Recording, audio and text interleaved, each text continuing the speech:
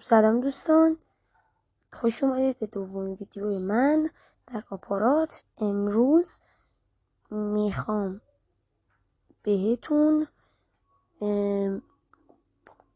رمز گذاشتن روی برنامه های گوشی خودتون، همین بازی ها و نمیدونم واتساپ و اینجور چیزا بر قفل بذارید. ما اول میایم یه برنامه هست اسمش قفل صفحه است. حالا اونو میایم تایپ میکنیم، یه برنامه این مثلا همین دانلود میکنیم، بعد میریم